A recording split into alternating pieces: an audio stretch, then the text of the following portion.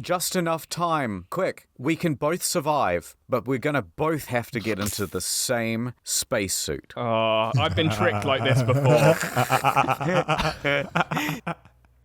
Dude, fitting in the spacesuit, 2 inches apart, get the nut gay. Oh my god, I am so spaced out at the moment. That may not be the right thing to say, but it's not too wrong. Because I got, just in the last few months, right, finished playing both Dead Space 1 and 2, as well as getting into a little bit of a Kerbal Space Program. Also, in a couple of days, there's the Callisto Protocol coming out, which is basically Dead Space featuring more brutal death animation, as well as the only, I guess, lawfully good Karen. Not only that, I also recently revisited one of my favorite space game of last year, which is Deliver Us the Moon, as well as its upcoming sequel that I got to try, Deliver Us Mars. So yeah, being spaced out or having nothing but space on my mind and not acknowledging everything else is pretty much me right now. But even better is the fact that IncognitoMode, or the Internet Historians Order channel, uploaded a video on space, so I want to check that out. So naturally, please do go and subscribe to his channel if you haven't already. Like that video and let's jump into it. Space. Space. What is space? Why do I have to wear a spacesuit? That is so formal. Too cold? Not a problem. I'll just put on a jacket. Why does everyone say you can't go faster than the speed of light? It's super simple. You just go the speed of light, and then you push on the accelerator a little more. Oh no, not the sun. The water will put it out. This man just literally solved all of physics. Forget about time paradoxes or the fact that you get really disappointed when you grow old and realize that none of the shows that you were watching had an inch of truth in how it is that interstellar travel works. Hey Alexa, play Who Let the Dogs Out. Just I'm accelerate sorry, Dave. more. I'm afraid I can't Alexa, do that. play the thing. No. Alexa, play Who Let the Dog... I like to see that remake now I will of, be able to get all the best nudes. Hey, you should have closed your curtains. Ooh, I wonder what's in there. Oh, hey, how you doing, little fella? Oh, I think he's just sleeping. Aha! I knew it was fake the whole time. All this and more on this episode of In the... Whatever happened to Laika? You know, the dog that got sent into space? Like, I know that it was in the late 50s, okay, so obviously it's dead, but I don't know if it ever came back home or not. But yeah, I like to see that remake of 2001 Space Odyssey with Alexa instead of Hal. Space. Space. What do you know about space? Not a lot. Okay, let's start at the very beginning. Oh. Not the beginning of the universe, Oh. the beginning of how people thought space was. Oh. Yes, history of space. Heliocentrism, So we've got flat Earth, right? or A whole geocentrism. bunch of people in the comments, they go, oh, actually, they've known that the Earth was round since the Greeks. We know, everybody knows. No one thinks you're smart, shut up. But there were plenty of societies that did think that the world was flat. Okay, I saw this in a lecture once, or I overheard it on the bus, or something. Wait, hold But on. this is how it goes. Was that Ordinary Things doing a TEDx? The haircut, okay. The haircut. You've got like this circular flat Earth, right? And then you've got land in the middle. They call this area the Mediterranean because Middle. middle land, right? Sure. It's right in the center. And then past the land, you've got water. Now, all that water is mostly fine, but if you go a little further out, there's a lot more water, like a shitload more water. These disc maps you see are not to scale. It goes way further out. But if you try to traverse them, what will happen The is sea monsters. sea monsters. Right? Release the Kraken! Easy. And you can tell that sea monsters are real because once in a while you get some weird thing that washes up to shore. Yeah, giant squids. Look, I said that before in a video on how deep the ocean actually is, and people wanted me to play Subnautica. I was like, no, the sea is messed up. The fact that something like barnacles exist, okay? Fuck no. I know that we know just as much about our own sea as we know of space, but I'd rather die in the vastness of that empty space than venture in those murky waters. That is not my cup of tea. If somehow you make it past the sea monsters, you encounter mud. Just mud? It's flat mud, and it mixes with the land, so you can no longer pass by it in a boat. So you can try to walk across it, but it's basically like quicksand, you know, you just straight into it. But somehow, if you manage to traverse this plain of mud, which is even larger than the ocean itself, it would start to get colder and colder. And eventually that mud becomes frozen, and then it turns to ice. And okay. I know where this is going. Oh my god. I can't believe that this is happening. So, does this thing that I have seen some people sometime use as a justification as to why some of like religious scripture or ancient scroll would have predicted what science was and thus making those scriptures scientifically valid, so to make them real, is the fact that some of these things will happen. Like, for example, I know how this ends. There's literally like the world's encased in walls of ice, and holding the sky in a canopy of the sky and stuff like that. Like, okay, the Quran does not have the ice walls, but it has a canopy of the sky being a canopy and stuff like that. That has sometimes been used. Some New Earth Christians have weird theories about that. It's not completely unknown. Pretty weird. and then it's just cold nothingness for far, far longer than all the oceans. And then eventually you come to a big mountain range. And this mountain range goes right round the Earth. And it is the thing Literally, that at the Game very of top Thrones. holds up the filament, which is the thing that encompasses the stars. So the mountains go up, and then it like holds the star Yeah. canopy above It the holds Earth. up the heavens. Yeah, that makes sense. Half of the model is there to dissuade people from trying to find new things. Literally everybody living in the Himalayas was like, the fuck? Right? Because if you go out on a boat in the ocean, you die. It's the perfect dissuasion. Hey, look, don't bother trying to discover Australia. Yeah. If you go out there, you're going to get eaten, then you're going to sink in the mud, then you're going to freeze to death, and then there's Australia. also nothing out there. And that's what keeps But that is that's literally describing Australia though. So that's actually true. everyone safe and alive. You tell the same story to your kid in the village to not go out into the woods. Yeah, exactly. It's the same thing. And that, circling around, is why they tell us not to go to Mars, you see. What? Don't come back. I do think we'll colonize Mars. Probably not quite in our lifetime. You reckon? I yeah. think we'll land a person there on Mars in 20 years. 20 years. You're a dreamer, internet historian. I mean, we just launched the Artemis mission not like a month ago. And so, liftoff of Artemis 1. that's believable. We rise together. But it's believable that we land somebody on Mars. I'll say within 100 years, but 20, not quite. That's a bit too optimistic.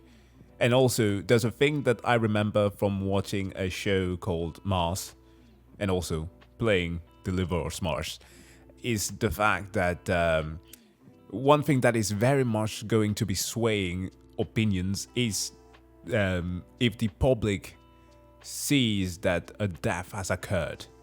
Just like basically what happened in the late 80s with the Challenger mission, for example, right? That halted 50 years of space travel.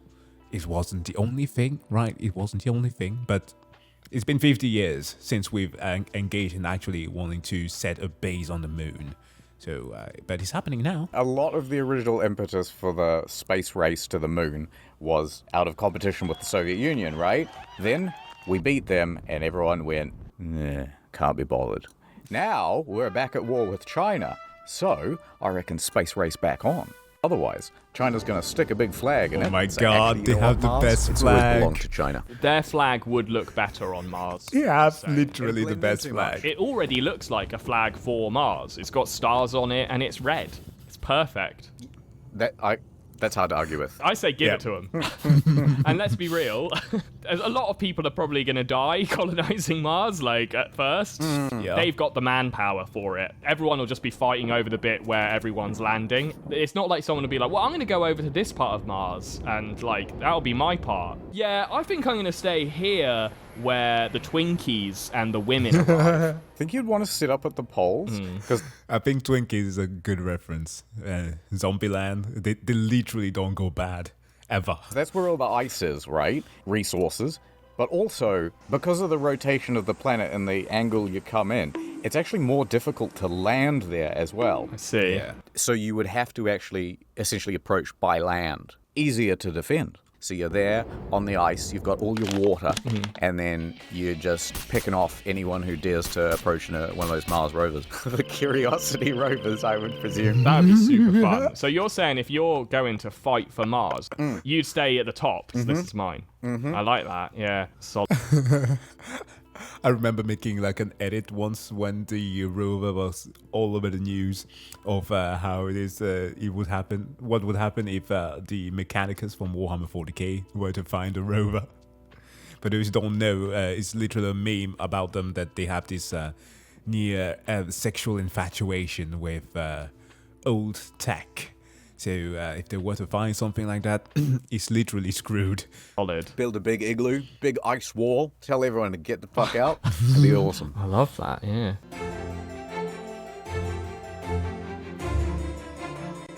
Here's the problem. It's 1960s, NASA, and they can't figure out how to get things into space. It's too far up, you see. How do we get past the filament into the stars? Ordinary things, you're our best scientist. You gotta come up with something that'll get us there. What do you got? Ordinary rocket propulsion, perhaps? Mentos and Coke. What's the big new idea? So this is what I've got so far. Right? It's... Well, A man kneeling on the ground, praying to get to space. I like it. That's a great idea, ordinary thing. Let me get you the funding right now. No, not quite. This is a dog. See, my plan is A trebuchet. sort of a trebuchet, yeah.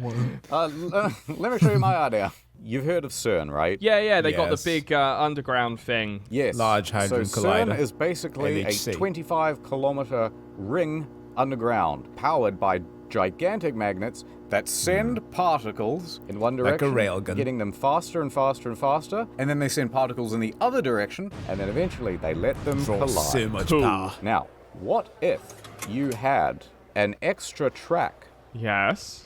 that went like this? You got something up to 99% the speed of light, and then you just hit the switch, and then capsule goes terminal velocity. Love that. So you're thinking you build up as much momentum as possible on Earth using magnets rather than rockets. Yep. Is it the size of atoms in this instance? Or We're gonna have to Thank you. build a bigger one. All right, bigger CERN. Got it. All right, massive CERN. Well, you just make the hole in the middle bigger. Oh, Hold on there, slow your roll, buddy. That's not how it works. Listen here, I've had the opportunity to visit CERN twice now. And the first time was working on like the Alice detector. See that beautiful thing right there? Not me, you silly goose. I'm talking about the machine. That's Alice, one of the particle colliders there. The name stands for a Large Iron Collider Experiment. Jesus, experience, what? But that one is rather big, like from another perspective. Still not me, damn it, a machine, although those biceps look pretty nice. Egocentrism. But that's just Alice. The biggest one they have is Atlas, and Atlas is a chunky boy. Like, you need machines to lift you up to see it, like its circumference is just freaking big. But all of that only account for like the magnets and the detectors and all the reflectors that are needed there to do the readings and capture some of the particles that then are coming out of the collisions. So the main thing that itself contains the proton or whatever, if you're doing a proton-proton collision, is about this size. Yeah, those are atoms. So if you literally want to put a spacecraft with people in there, we're gonna have to build something the size of multiple football fields. Just to give you like perspective of what that will take. Yeah, all right. Yeah, Atom-sized fine. hole, That'll too do. small. The only problem I can see is that we're sending people through the Earth's atmosphere at almost the speed of light. They will immediately explode. I think the Stupid. solution is to put a dog in it. Yeah. Do you know how funny it would be if it was like a Tuesday and the supervisor was out of the office for the day, and then he kind of came back, oh, I just forgot some of my papers, and he comes in, and the guys at CERN are all gathered around because they're firing grape through CERN at a big cartoonish brick wall. Yeah, go Dave, yeah. I would love. I can see that. The world's most expensive orange cannon. But like that, like a practical joke that they could do. They have like in the operating, at least close to the operating room of Atlas, they have like this panic button that you can push. It's a fake, okay? It does nothing, but it was still a bit of a shocker to see that there when you come in. Love to be at the CERN Christmas party where someone's just like, yeah, man, I'm gonna do a shit in the CERN. 'Cause that's what it's called, the CERN. So, I would find it very difficult not to get in the CERN machine, I think, if I was there. You got on that blimp. Do you reckon you can get into CERN? I reckon I Sure. could give it a go. All right, if there's anyone from CERN watching here, Yeah. you might not be allowed to go in there unless you have like certain privileges. Like where we went to visit that, it was under maintenance on both occasions. a boy needs a ticket and one for his lady. I'll email them now. People are thinking about space travel all wrong. They're rubes. Those guys at NASA, I tell you, rubes. They keep trying to send us to space when we Yeah. should be sending space to us. That's not a bad idea at all. Now, space elevator, very Don't look difficult. up. You build the thing 1,000 kilometers up, and then the tip of it is actually rotating faster than the base of it by differences in like hundreds of kilometers an hour. Tensile strength, whole thing wants to break apart, right? Now, Sure. if somehow you could make a big anchor, wait, how do you draw an anchor? No. Here, it wouldn't need to be one rope, because one rope is not going to stay strong. 2 rows. Here's 20 meters of rope and then a big joint. Here's 20 meters of rope and a big joint. And you just do that all. Okay, stick with the space elevator already. It's much better. It's much better, and it's not that difficult to do actually. Yes, sure, tensile strength as is mentioned, like having the right materials and with the right density, that's most likely going to be the hardest part, and also perhaps finding another planet because the math or the physics of finding the right place to put a space elevator takes into account the fact that our planet orbit should be circular. That will be the ideal. Because if you have like perfect circular motion, the only thing that will be relevant, truly relevant, would be to have the gravitational force be equal to that of the centrifugal.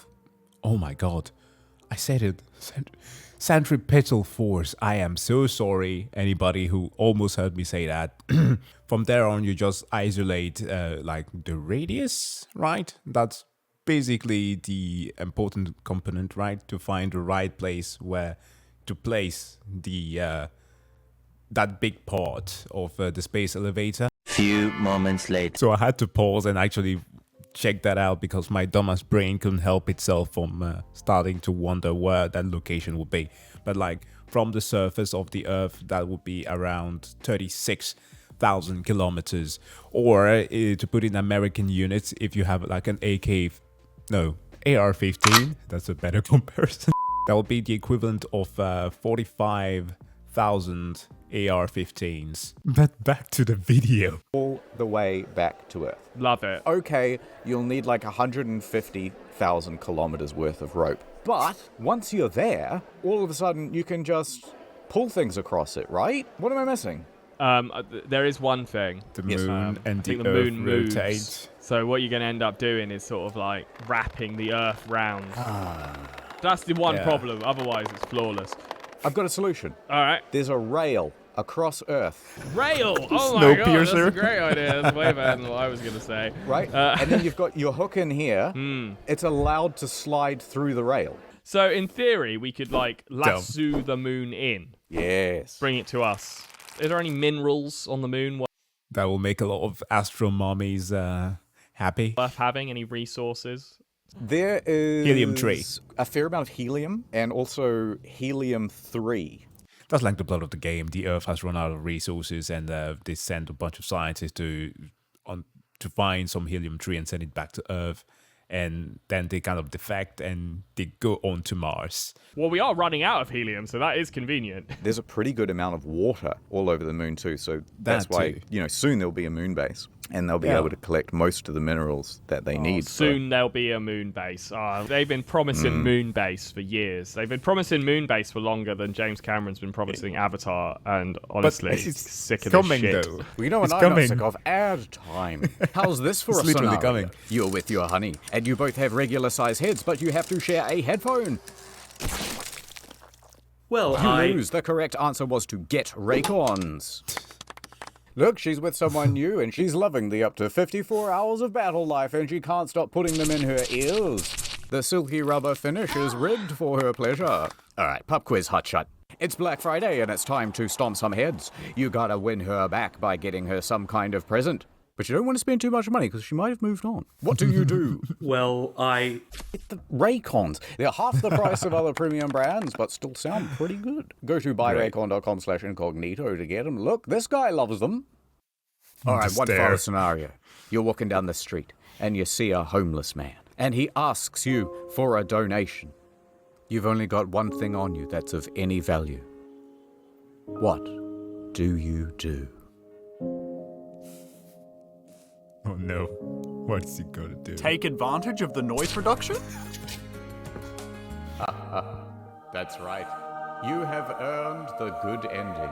The good Where you ending. can enjoy the premium sound of Raycons. This man is genius. Forever. And the dude harmonizing in the background. That's genius. We've got a computer here too where you can go to buyraycon.com/incognito to get 20% off site-wide. Whoa, 30% off holiday bundles. Whoa, this really is heaven. And free shipping to the United States. And over. Stupid. Say you had a box and you put it on like a little satellite that you were going to send to an alien Yeah. planet. Like, what items would you put in there to represent like human civilization? Good question. Do exactly what humankind has already done. Like, we are the most base creatures in this galaxy. At least as far as we know. Because, look at this. Over the years, what have we sent? Our mixtape. We've sent nudes. As well as of late in 2018, which I'm pretty sure it's not the first time that we've done that, but at least that's when we were made aware of it through the news.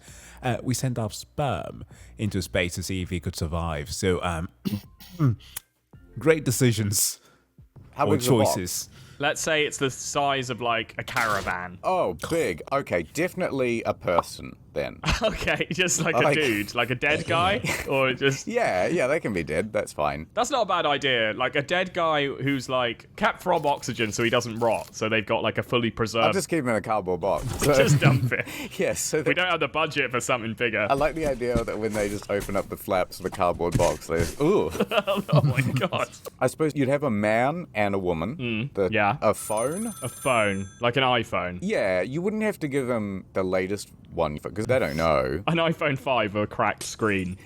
Yeah. All right. It's not like they're going to start using it. Exactly, yeah. Fuck it. I'd probably get rid of just some trash. There's quite a lot of trash around. And some batteries. Yeah, because you can't dispose of batteries anywhere. Yeah. Bottle of Coke, full bottle. I kind of like the idea that you're... Okay, so you know when you're a pirate, right? Uh-huh. Yeah, I'm familiar. And you're burying treasure. Someone finds it 500 Oh, years yeah, later. they have a and video on go, that. wow, this is not just a historical find. I'm going to be rich. Love that. I like the idea that they find a couple of human corpses, but also half a dozen bottles of Coca-Cola. There's going to be some rich one who's like, bruh, yeah, I'll pay you 50 billion alien pesos for half a bottle or something. Do you imagine actually aliens finding Coke for the first time and like experiencing a war of the world kind of situation?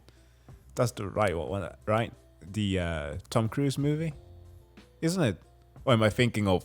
Wait, is War of the World the one with Travolta? Nope. Or which one is with Tom Cruise? I'm kind of uncertain on this, but like the one where they die because of water. No, oh my god, that's a completely different movie. That one is with Mel Gibson. Sorry. In one they die of dirt, the other one is water. But like my analogy would have been that drinking Coke will have killed them because of diabetes.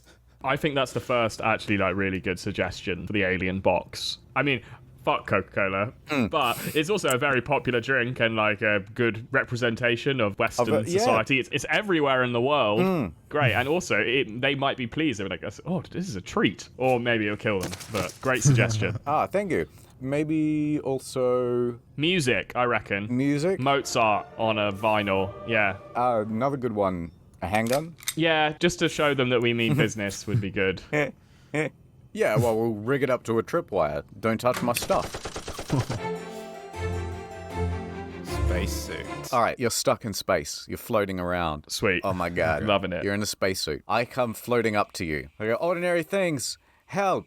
Help. My oxygen tank has been pierced. I'm gonna die. Ooh. Oh, that sucks for you. No, that's not what you say. Now, we've got just enough time. Quick, we can both survive, but we're gonna both have to get into the same spacesuit. Oh, I've been tricked like this before. Dude, fitting in a spacesuit, 2 inches apart, get the nut gay. So we have to both squeeze in there. The question is, are you taking the front or the back? I'll take the front, I think. I'd rather be in the driver's seat. Oh, okay. Yeah, right. Yeah. Okay. Yeah, I trust you. Oh, I swear, that's just my wallet, I swear. Stupid. It's not gay if it's on the moon. Yeah, like legitimately. Like you come back to Earth and they'll go, no, it wasn't. It's the moon. It doesn't count at all. Doesn't count. No. Neil Armstrong and Buzz Aldrin, they could have done it on the moon. Yeah. That wouldn't have been considered gay. And then I Nobody suppose would have known. I mean, we were lovers on the moon. This moment where the radio signal went dark, I wonder why. You know, it's different. someone shut this man up. Right, someone comes to you and says, ordinary things, you may see the universe, but we can't travel faster than the speed of light, so you have to go into the cryopod. The old time delay. Yes, you can go to Alpha Centauri, but it will take 100 years and everyone you know will be dead. Do you do it? Yeah. I literally do it. Like, okay, look, Alpha Centauri, it's located around, how much is it? 4.4 light years away, right? Approximately. So that, I know this because we did an exercise on that before. So the Voyager thing, it's moving around 16 kilometers per hour, or per second, sorry. 16 kilometers per second, that's around 10 miles per second. So that's around 70,000 years it will take for Voyager, something that moves that fast, to reach Alpha Centauri, to reach that star, 3-star system. But if you can do that within 100 years, and do I get to keep the suit and the glasses? Then yeah, I'm in. I'm definitely in. I don't want to just be like launched into the equivalent of Mars in Alpha Centauri and just be like, well, I'm here and I'm dead. I'm fucked. No, they don't just drop Like- you off. You get to go on like a nice big ship. Maybe there's a nice lady there who's also frozen. A nice little lady, a nice A-list celeb lady who is Wait, inexplicably passenger, like? an astronaut, as in all those movies. Yeah, and you wake her up Yeah. early, and That movie is because so you woke creepy. up early, and uh-oh. Conceptually. Welcome. Whoopsie, but you don't have another choice, so you have to be my friend. Would you do it? Would you want to be one of the crew that goes to Alpha Centauri? I think I would. I think it's worth it to go do something that literally no one else has done before. I'm down. Yeah, I think I would too. Yeah. If you were one of the first people to Alpha Centauri, you'd just have thousands of things named after you forever. The whole planet. You get the planet. Yeah. If you're Ordinary the land. first one there, it's like, this is me land, baby. Yeah. No governments. Money is banned. And I haven't thought this through. You know, if you look at a place like Earth, every creek, every little nook or rock has a name to it. They did that like when people first came to Australia. And I can't help but notice that everything here is named either Murray or or after Batman or Batman. After Batman. Wait. Yeah, you don't know. Wait, I thought that was an Indian thing, like Batman Getish, for example. That's like, hey, maybe I'm wrong. about everything being called Batman here. No, that's new to me. That's Oh, there's news. this guy. His name's like John Batman. And so there's like Grazier, a Batman entrepreneur and river explorer. and like a Batman street. You're kidding. In middle of Melbourne. No, No wow. way. John Yeah. Batman. Oh my god, I'm looking him up now. What? Wait, Batman's legacy. It rolls off the tongue weird to say that Batman's legacy has been challenged in the 21st century, and most criticism has focused on his killing on. Of course, he had to kill some indigenous people. It always happens. Always. Look, in the past, how long did it take for people to get from England to Australia? What was it? 7 like? months. Oh, like a month. Yeah, a couple of months. Yeah. It's so. Okay, 8. I only know that because I was playing Victoria 3 with my friend Jonas the other day, and we were talking about like transatlantic slave trade and later on colonialism, but that's many years apart. We have fun when we when we game, okay? It's history. We have to include the whole thing there to make scenarios. But yeah, that's about that time that we would take them to travel from England to Australia. Within that time, they will die of several illnesses like cholera, which, according to Evil West, Officially, they called it a cholera epidemic, but truth was they were dealing with a terrible outbreak of amateur necromancy. It's like, okay, how long does it take to get to Mars? At optimal speed, I think 9 months. So what you're saying is that we should put all our criminals on Mars. Hey, it worked once. Did it though? How come Australia doesn't get a bit of a pass with a lot of its history? That's a fair point. You know what I mean? It's like, oh, the terrible things that were done to the Aboriginals. But it's like, okay, but have you seen the average criminal reoffending rate? What did you expect? Yeah, it's not like we sent them our best. We should... I've never thought about it like that, but that's honestly like a really decent argument for giving Australia a pass. But like, Yeah, although it means they did all this stuff while they were out on probation. oh, sexy Pluto, that new picture that was made of it. The only thing that is relevant for it to be considered an actual planet. All the criteria don't apply, but that picture, yeah, that's catfishing. On planet Tinder. Now, everybody goes, oh, what the heck? Why'd you demote Pluto from planet to dwarf planet? yes. And I can't help but agree. Yeah. So basically, they had an idea in mind to make Pluto not a planet, and then they changed all the rules to make it fit their space-based agenda. Celestial identity politics have gone too far. That's what I say. Yeah, exactly. There's 3 rules for a planet.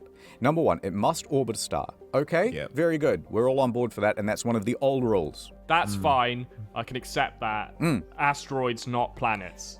Cool. Number 2, it must be big enough to have enough gravity to force it into a spherical shape. Agreed. That's a brilliant one. Fine, I'll accept that. But if we see a cube planet at some point, then I feel like we will need to revisit this rule. Wait, is all Ohio? Always has been. As it stands, fine. Yeah, if there was something as big as Earth but somehow cube, they'd change the rules Cube again. Earth. Yeah. Now the new rule they brought in was it must be big enough that its gravity clears away any other objects of similar That's size very in specific. its orbit. I did not know this. Bullshit. That is a very specific rule, just designed to persecute Pluto. Who came up with this rule? Well, it was a big committee made up of Big soy. the deep space state. And one of the reasons that they essentially made this rule was because, well, Pluto actually has a moon that's almost the same size as Pluto. Yeah. So Pluto wouldn't even just be one planet, it would be like several planets.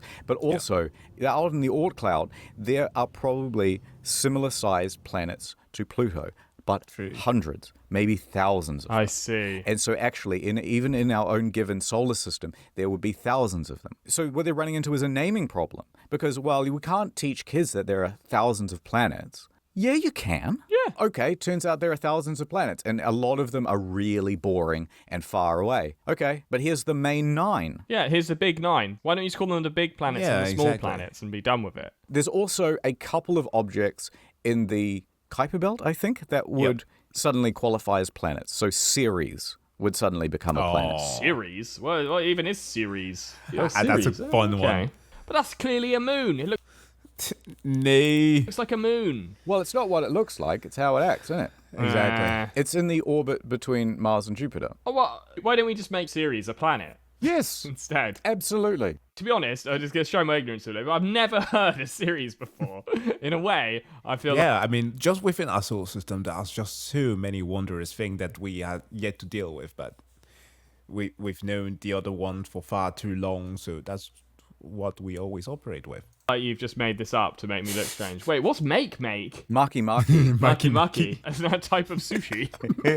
Oh, yeah, okay. It's another planet that's just further out. Oh, I love it. It's cute. I mean, it's a dwarf planet, but... Why does one of them have boobies? this one. There's no need for that. Come on. Eris? Oh, it's a dwarf planet as well. I'm learning new things here. Well, no more learning. It's time for some answers, damn it.